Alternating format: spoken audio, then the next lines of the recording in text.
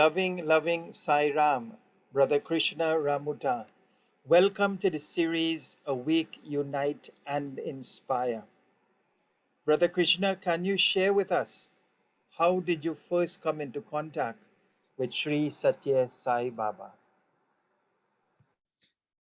Loving Sai Ram to you, Brother Fize, and to all the Zoomers and listeners, wherever you all may be.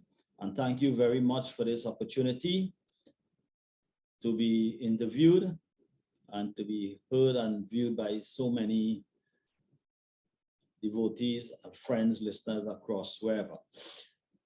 How I first came in contact with Swami. I believe the year was 2008, February to be exact. I was going through a very turbulent, very dark period in my life. And as a Hindu, I believe in the potency and the power of the Havan. So one night I decided to do a Havan, and I chanted the Gayatri mantra 108 times, did all the offerings and so on, and I went to bed. And let me say this part, I did not pray to Swami. I just did the Havan and I went to bed. And that night, Swami appeared to me in a dream. And in the dream, I was actually kneeling down, and my hands were like this. And of course, there was a lot of tears and so on. And Swami was sort of suspended, and he was looking at me, and the samagri or the offerings was coming out from his right hand, the exact color and everything, the same texture and everything that I had offered in the Havan. And that was the dream. I got up in the morning and I was honestly totally confused because I did not pray to Sai Baba. I prayed as a Hindu the way I normally would do. And well, knowing you, I got up in the morning, and when I came to work, I said, okay, I know Fize is in the Sai organization. Let me give him a call. And I remember calling you. If I'm not wrong, I think it was a Tuesday. And I told you I wanted to come and talk with you, and you said, yes, I'm available, you could come. So I went across by you and you started sharing, well, you didn't really have a dream of Swami. What happened, Swami appeared to you in your dream. And you started to explain all of this about Sai Baba, Sai centers and so on. And I remember you telling me that there's a Sai center in Marbella and one in San Fernando and the other in Patiram Trace. And you said, well, if you'd like, you just go on and you could visit one of the center. And you did tell me that Patiram Trace is, they have a satsang every Thursday. It starts at 6 p.m. I was familiar with the temple, the Shiva temple there. I used to go there on Sundays and do offering. So I said, I'll go down to Patiram Trace. And I went there, and this was it. The very first satsang I went there, I knew this is the place that I would want to be. This is the way that I would want to worship. And here am I now, since 2008 to 2021. So that's very it. Thank you very much, Brother Krish. Everybody has their own unique adventure and instance and circumstance to connect them to Mother Sai. Thank you very much for sharing. And Brother Krish, share with us two of your most memorable experiences you have had with Mother Sai. Oh, good. I'm glad you asked that.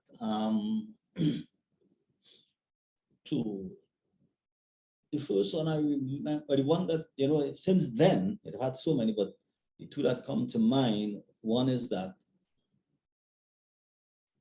I think it was Brother Singh who had brought down a devotee from Prashanti to do Vedam chanting and to teach devotees in Trinidad how to do Vedam chanting. It was around that time. I say that to put it into context. And we were doing some Vedam chanting down at Ishwarama Sai Center and so on. And at that same time, I honestly don't remember the year, but NASA, North American Space Agency, had picked up a very strange underwater current across the north coast of Trinidad. And just to say this, so I put in things in context. At that time, I used to be swimming very, very regular, 4 to 5 mornings per week for about maybe 45 minutes. So I remember clearly what had happened. And the waters on the north coast, right down Trinidad, was very, very turbulent. There were distress signals out. You could not go to bathe. You could not go. People, fishermen could not go, and so on. And I remember that time I had this dream with Swami. And in the dream,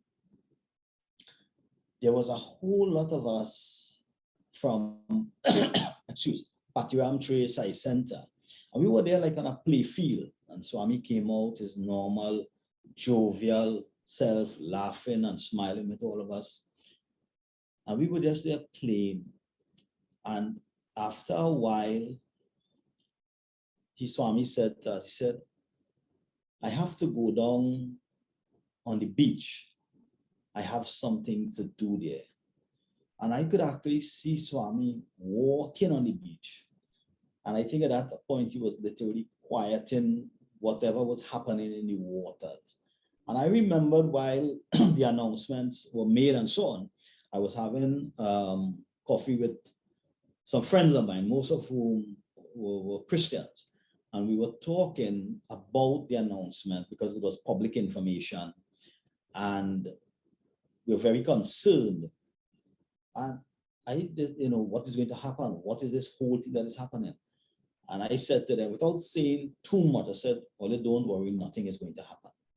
Because I know Swami had already taken care of that particular situation, whatever it was. And that stands out in my mind.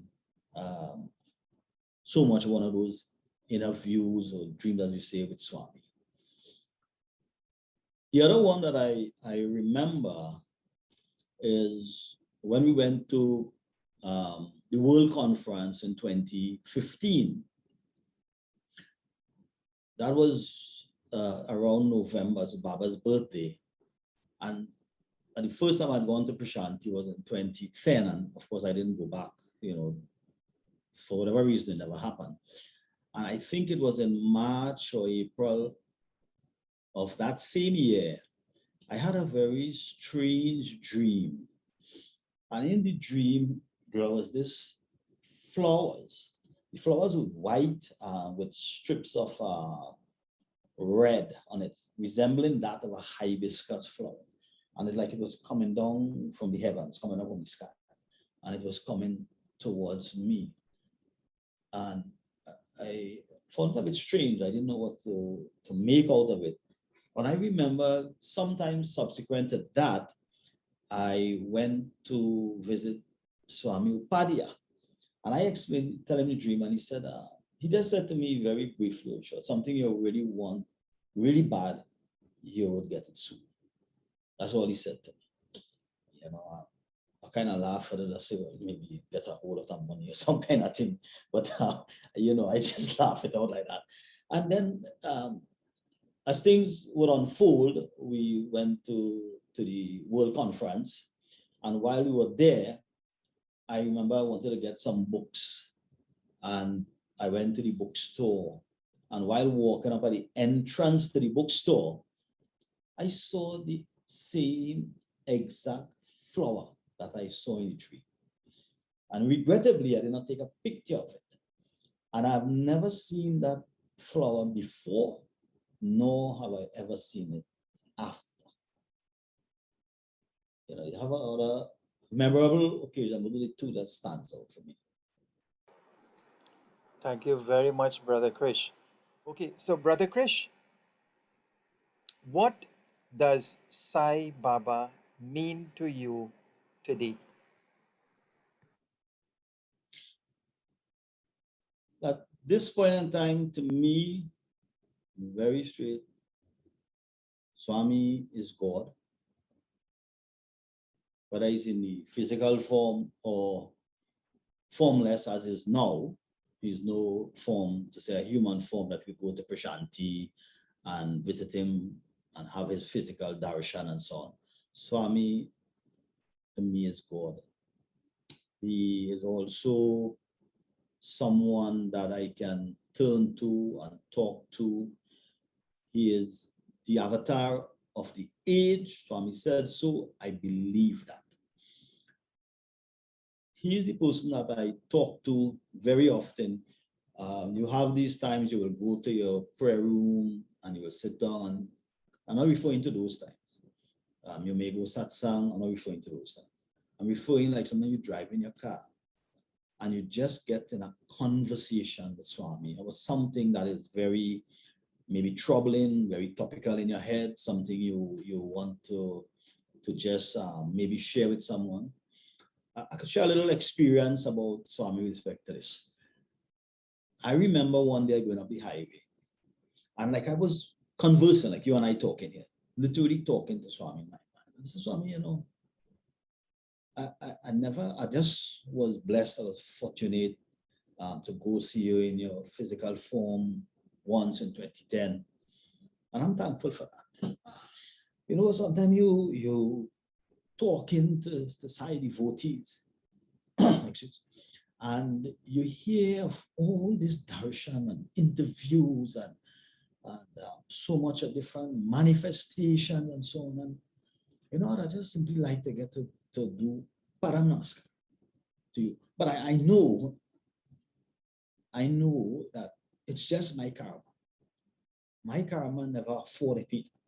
So I just continue. And that conversation like it ended and it was just. And sometime after, not long after, I remember having this dream with Swami. So I just walking on the road with some friends and Swami sitting on his chair like, and I saw him smiling and he looked at me and he just pointed to his feet like he was saying to me, come and take paramnamaskar. And I rushed there and I was so happy. So apart from being the avatar of the age for me, apart from being God that I do my worship to, he is the person I go to very often in conversation like that when you want to talk to someone. Sai Ram. Thank you very much, Brother Krish. Now, the next question. So, Brother Krish, many of us, we've had a pre-Sai experience, we've had a post-Sai experience. Share a little bit of how practicing the teachings of Satya Sai Baba has impacted and transformed and continues to transform your daily life. When I say the teachings, I look at the 5 fundamental human values.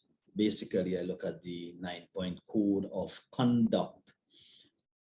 You look at Swami's statements or mantras, as we say, love all, serve all, help ever, hurt never.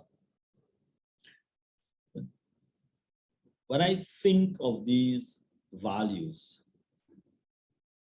I honestly try to put them into practice in my daily life to start with, because the best teaching is to you be first and then talk. And I try to apply this for myself and to have that impact on those around me so that I could have a positive impact on those that I come in contact with, both within the organization and those who are outside of the organization. These values, they mean a lot to me.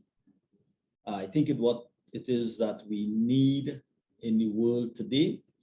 The whole transformation exercise is one that is a work in progress. I don't know if I could say that I have grown a whole lot spiritually, but I think I have. Since coming into, or rather since Swami brought me into the Sai fold back in 2008 to now, and I've had his darshan in so many different ways, trying to practice the teachings and to have that transformative effect on my life. You are focused differently. Your aims and objectives in life are differently. You are now thinking about this whole goal in this transformation. What is this transformation about? This transformation is to move me from a normal personal seat into a very spiritual being, so that at some point in time, your whole system, your whole processes can be in one with Swami. It's not a one and done event. It's a work in progress. It may take many lifetimes, from a previous life to come here now to have known Swami and to come into his fold and to stay in his fold. Maybe it might mean just development for another life on this journey. But the transformation process continues. I am enjoying it. And as I go along, I try to have a positive impact on those that I interact with, those that I work with, those that I come in contact with, clients, for instance. And you want to recognize it as part of your own growth and development on the spiritual journey. Sarah. So, Brother Krish, let's talk a little bit more of this impact and transformation on your life since you've come into contact with Mother Sai. As said before, many of us had a pre-life experiences. We may have been involved in smoking and drinking and eating meat or living a particular type of life that we may call material and not really aligned with our purpose in life. Is there anything specific that you used to do prior to coming into contact with Swami, but then that changed after interacting with him and reading and practicing his teachings? Was there anything specific that you could identify as a change? I don't think I could identify anything specific. I was vegetarian already. I never used to be into alcohol and so on. But from 2008, when I had that experience to now, you have had so many times that I've had the darshan of Swami, as Swami says, it's inner view.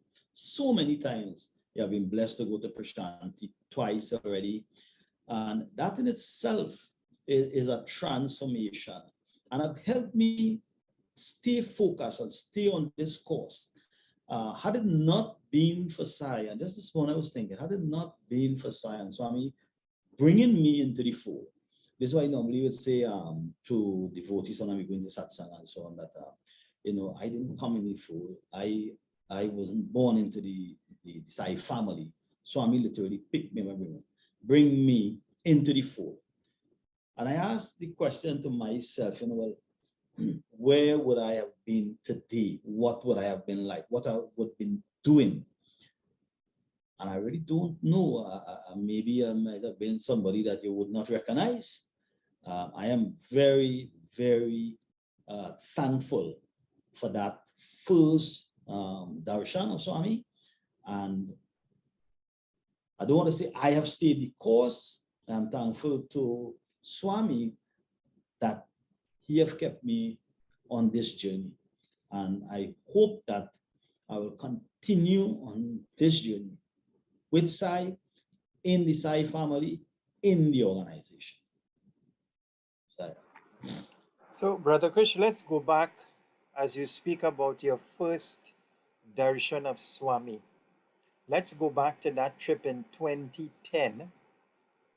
You've made your plans, you're journeying to Prashanti Nilayam, you're at the ashram, it's your very first sighting or seeing or having darshan of the Lord.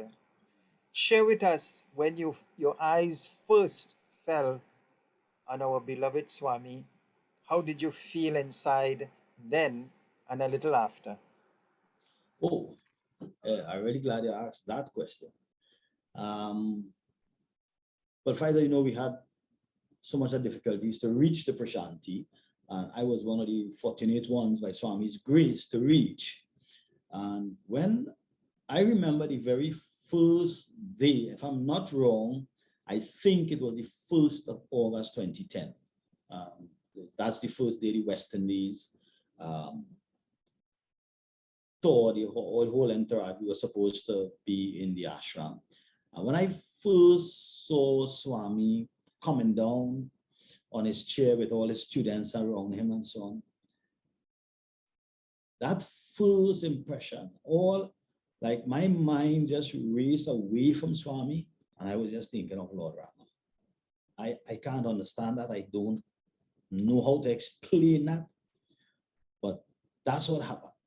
And I mean, the question that I excuse you, asked myself at that point in time, what it is that I would have done in some previous life or lives, this journey that Swami have you on, to have this merit, to have this benefit, to sit in this ashram and to view and to be amongst all these devotees and to see the avatar of the age in his physical form pass right in front of you. I felt blessed, I felt elated, I was happy, I was overwhelmed with joy. Could I add a little something to it?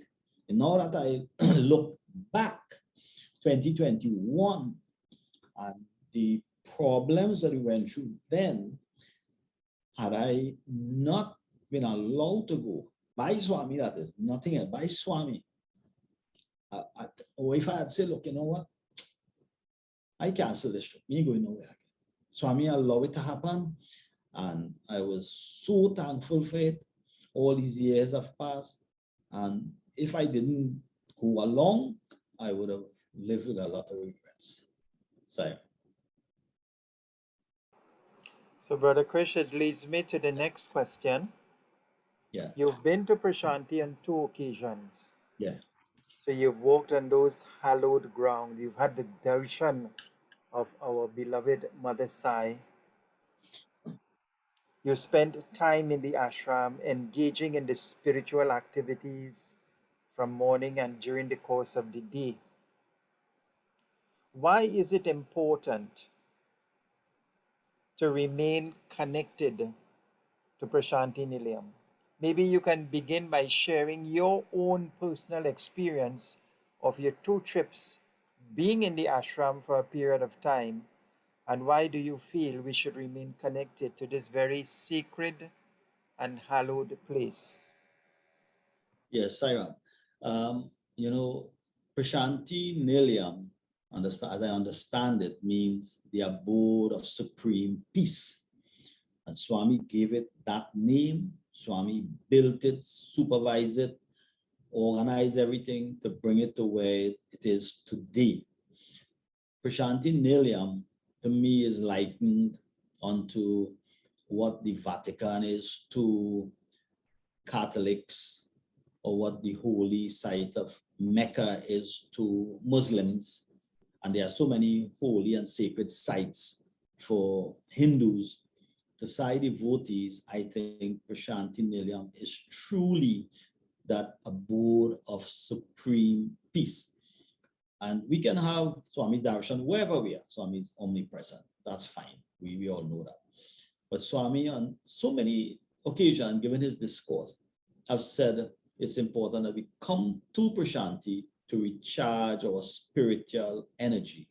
I recall in one of the talks, I think it's one of the same interviews, if I'm not wrong, so I don't want to quote anybody, I seem not to remember exactly who it is, but it was saying that Swami was saying that when a devotee had asked about the very colors and the shape and so on the ceiling in the Sai Kulwant Hall, Swami had said that this is done this way. So when devotees come here, the spiritual energy they would pick up and recharge their spiritual batteries. So we ought to remain connected to Prashanti Nilayam, the abode of supreme peace. That is where Swami had made his home and is the home for the global Sai devotees. To share one of my experiences there in back to 2015, it's twice I went there, second time, when we went to the World Conference, which I was really looking forward to, and I was enjoying it tremendously. I got sick real bad. I was only able to attend the opening ceremony, the first half day of the 3 days that was set aside for the World Conference, and then I had to go back to the hotel and lie down there, and you know, was real sick. I couldn't eat. I just lie down in bed, and and then I started to say to Swami, Swami, you know, look, I come halfway around the world. I spend so much money. The one thing I came for, I really wanted to attend this World Conference, and I cannot. And I was really not pleased at that point in time. I wasn't just saying, look, this is Swami's grace, take it for what it is. I wasn't saying that. I was really like a little upset with Swami, maybe, if I have to say that. And that happened, and just over the whole trip, we had a couple of days that I was there on the streets interacting with people, just enjoying myself before I got sick. And enjoying it, going for morning darshan and so on. And I remember the last night we would have to leave Prashanti to, then early next morning, we heading back to Bangalore to come home. We went to bed just about 10, half 10. I had to get up for about 2 o'clock in the morning or half 2 thereabout. And I had this dream. And like Swami just put everything together for me. And in the dream, all the people that I interacted with while in Prashanti, in the village of Puttaparthi, that is on the streets, those who were dirty looking, those who were bare feet, those who were like homeless, those who were looking like beggars, those who were selling, those who were in neat, nice, clean clothes and so on. They were all on the samadhi. Nobody was dirty looking. Nobody was nasty looking. They were all cheerful. And this was like if it's at the end of a play and the cast of all the actors and actresses went on stage, but they were standing where the samadhi is now. And you know these long time film rolls, how the film rolls will be reeling. I am seeing the film roll reeling. And as if Swami is saying to me in this dream, we all have our roles to play. Those who are beggars on the streets, those you laugh with, those who were in darshan line, those you met because I went down to the super specialty hospital. Everybody was there. And like that was like the crowning glory of the trip to Prashanti in 2015. It's like Swami is saying, this was your part of the journey. Maybe you had to get sick for whatever reason, but I accepted it as then, at that point in time, as Swami's grace, that we all have our roles to play. And even today, within the organization and in life, when you interact with people, we are all just acting out different roles in his great Leela that he is unfolding. He is in control. Sai Ram. Thank you very much, Brother Krish. And I distinctly remember that because you and I had traveled on that trip together. Sure, We yes. stayed together, so I was very Yes, much aware and conscious of your sickness and the yes. struggles you went through. But as you rightly said, Swami brings you to it and he brings you through it, and you become bigger, better, and stronger as a result. So, Brother Krish, you are now the president of the Sri Satya Sai Global Council Trinidad. Share with us, how did you first become a member of the Sri Satya Sai Global Council, and why did you join the Sri Satya Sai Global Council? Thank you so much for asking this question, Brother Fize. You know, Global Council is what it is now. We are all aware. I'm the president by Swami's grace. I'm thankful for that. This is October, I believe it's July month, if I'm not wrong. I did not know anything about Global Council.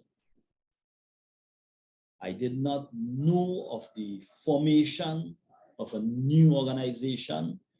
I had no inclination about it. None whatsoever. I'll have to share this twofold. When I first heard the words Global Council, it was from Brother Parasingh from the Rio Claro Sai Center. He said that, you know that Ratnakara Swami nephew and them forming this organization called Global Council. He said, Rio Claro Sai Center, don't join him. So I said, well, no, I'm not aware of this. What is this Global Council about? I think that's the first week of July, to be very honest with you. I said, well, I'm not aware of this, so I just sort of brushed that aside. That was downstairs in his office in Rio Claro. The same day, I went upstairs and I met Sister Mala Singh, very lovely lady. And while upstairs there, Brother Terry Maharaj called. You know, when I was upstairs there, of course, I have to say this, you know, once you go by Malaji, as I call her, she has to feed you. You know, so I was having breakfast. And Brother Terry Maharaj, former president of Sri Satya Sai International Organization, Trinidad and Tobago, called. And then he started to talk to me about Global Council. And he went into some depth. So the first time hearing it downstairs from Brother Parasingh, I really didn't pay much mind. What is this? I'm not really too concerned with it. When Terry started to talk and he went into some more depth and he started talking about the structure and what is happening and so on, I said, Terry, this makes complete sense to me. That was my initial reaction. And he said he'll send me some information about it and so on, which he did, and I read it and so on. And that was the first day, which I believe is the first week of July, and this year I would hear of Global Council. As I said, the answer to this question, I have to answer kind of two parts. Let's backtrack to about March month of this year. Again, I had a dream, and I tried to connect the dots. That's why I took it from the other end. I had this dream, and this room or the office that I was referring to, what Brother Parasingh and I was talking, I had a dream that we were in that room. And there was this beautiful Swami picture on the wall, which was actually there when I was actually having the conversation with Brother Parasingh. That picture was in the dream.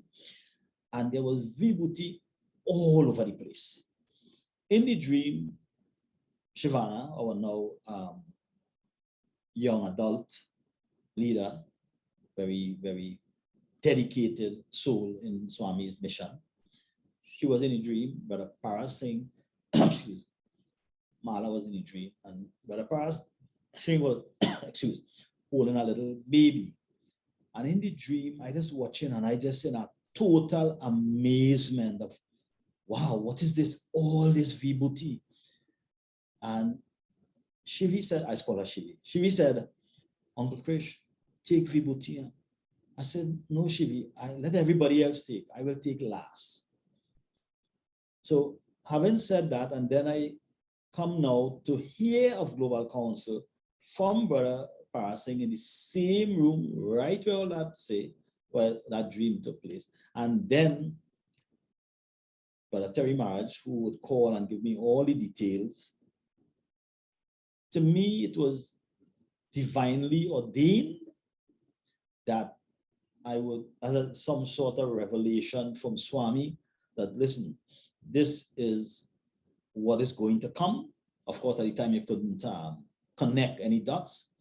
And within, I think it's a couple of days thereafter, after reading the emails that Brother Terry had sent me, Brother Vijay Sagram, saying from the States, called me, and he told me that he was offering me the position of president of Global Council Trinidad and Tobago. I said, what? I was totally taken aback. I said, what? He said, everybody he spoke to recommended me. I said, whoa. I said, well, I really don't know. I don't know. You know, after I left as vice president in December 2018, I didn't want to take any position or nothing like that in the organization. I just wanted to do my seva and attend the satsang and so on. And he said that, you know, the thing about it, that conversation with Brother Vijay, what he said to me, he said, I think he said, bye, think about it, go into your prayer room and pray about it. Pray to Swami about it. And when you come off the phone, you know, I start thinking and thinking about it. And I say, you know, I prayed to Swami about it. And I said, this is too tough a decision for I to make on my own.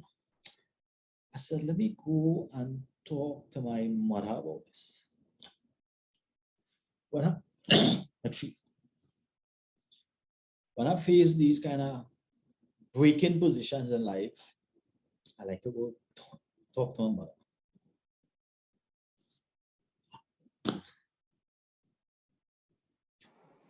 Brother Krish, it's okay. You go right ahead and express yourself. So I called her and I told her I was coming by her.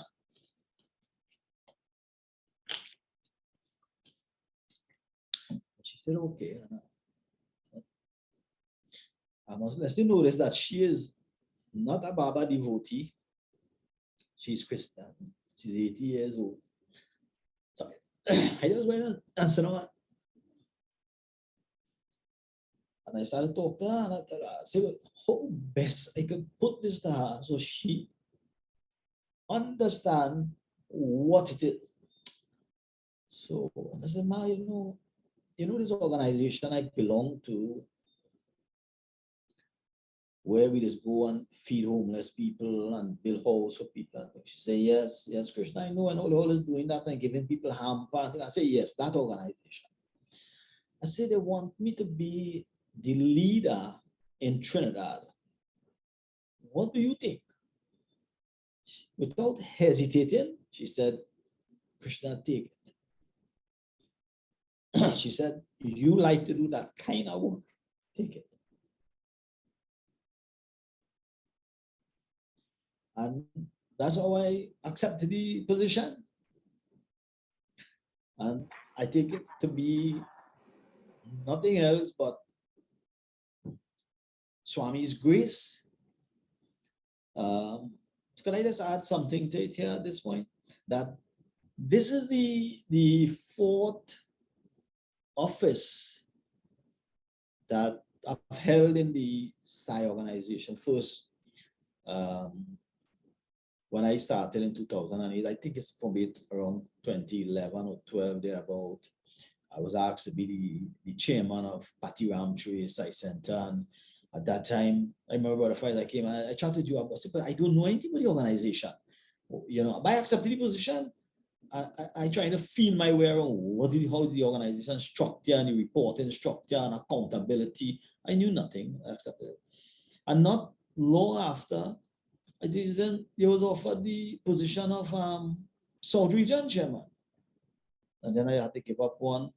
And I think I held that for 2 years. And then you're a healthy position of vice president, and now this position, and all those positions, none of those positions I ever sought after.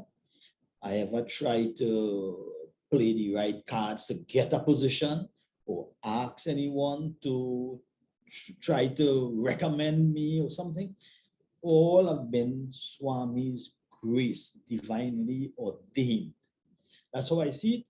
And this present position is Swami's grace, and I'm doing my level best.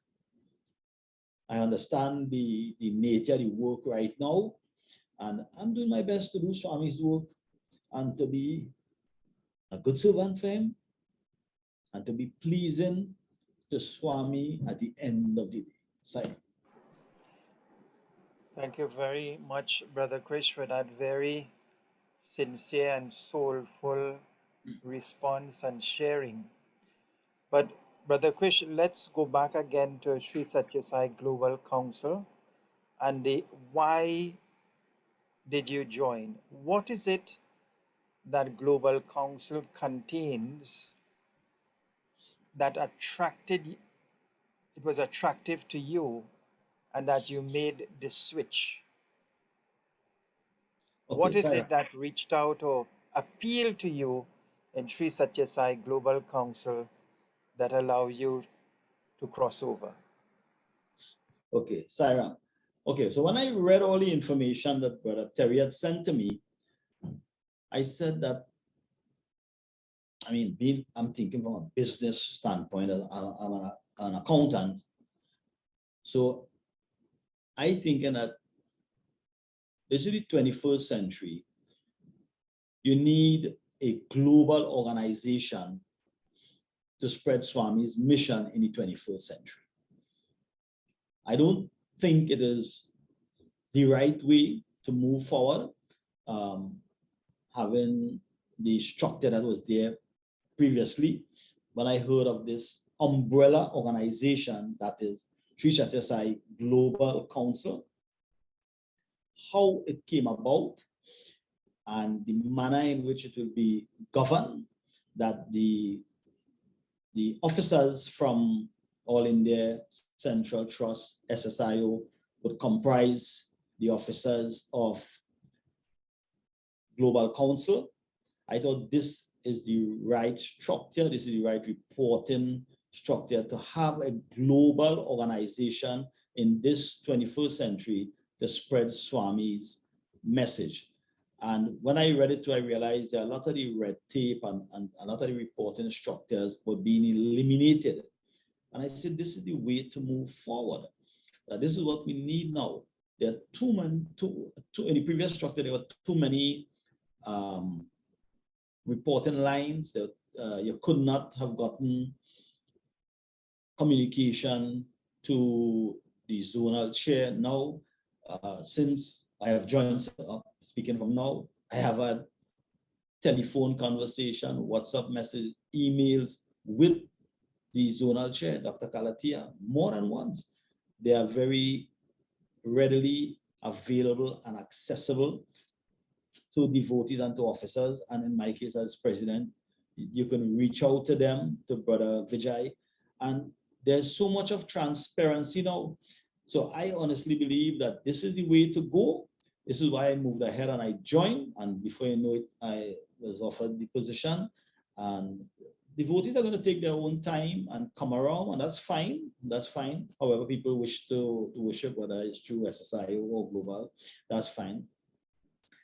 But to me, this is the organization structure. And Swami also spoke about a global organization. I think they were in Kodaikanal when Swami had spoken about the global organization to take his mission forward. And I believe that is Global Council. Sorry. So, Brother Krish, thank you very much for sharing your perspective. So, our final question,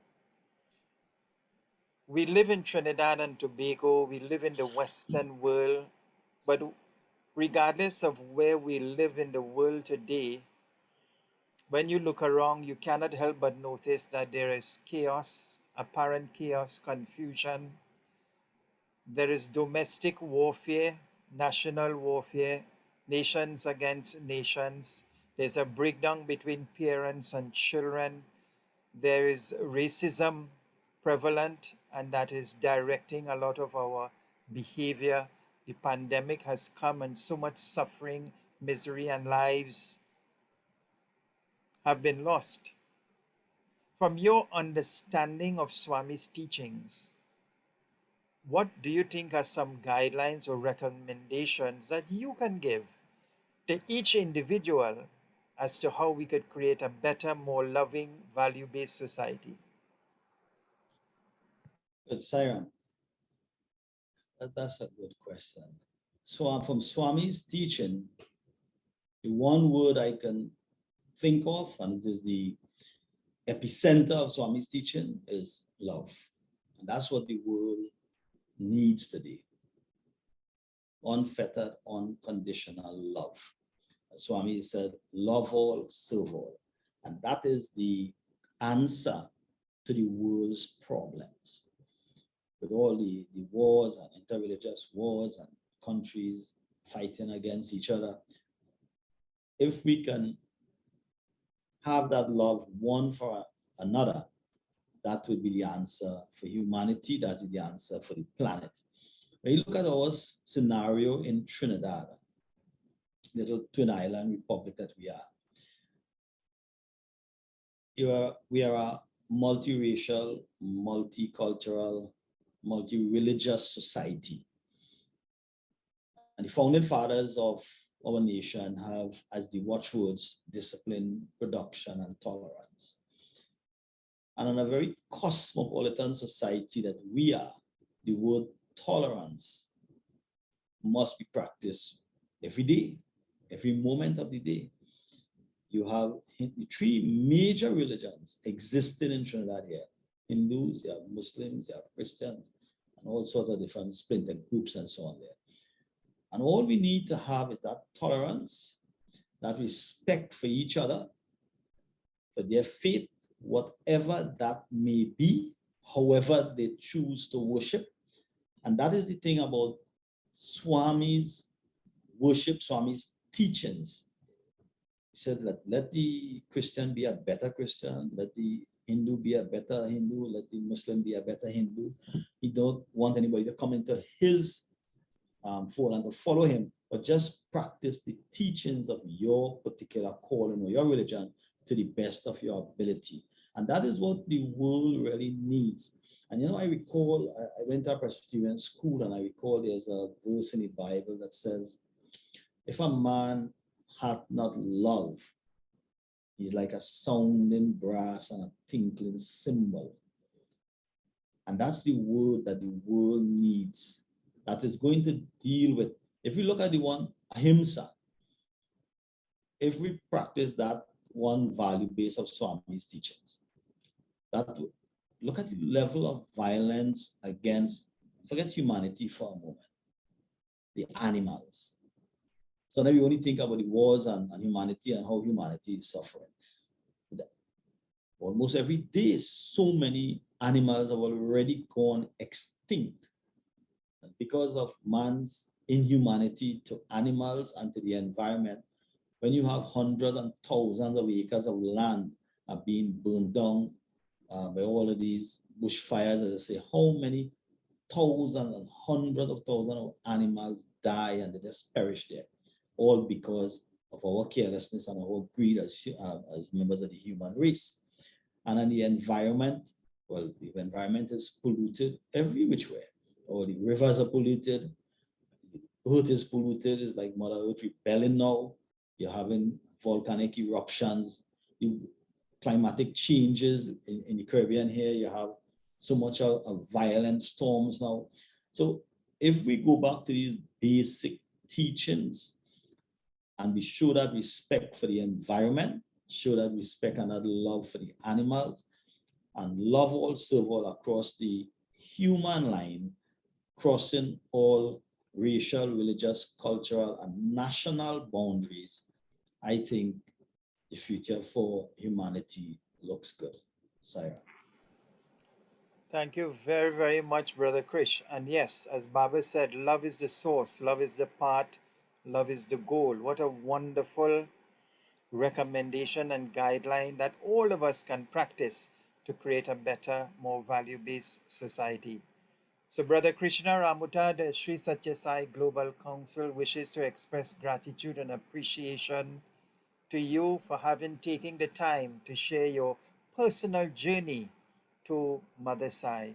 May Bhagawan Sri Satya Sai Baba continue to bless and guide you, and may you continue to be a loving instrument in his divine mission. Jai Sai Ram. Thank you, Brother Fize, and Jai Sai Ram to all listeners, wherever you may be. Thank you. Sai Ram.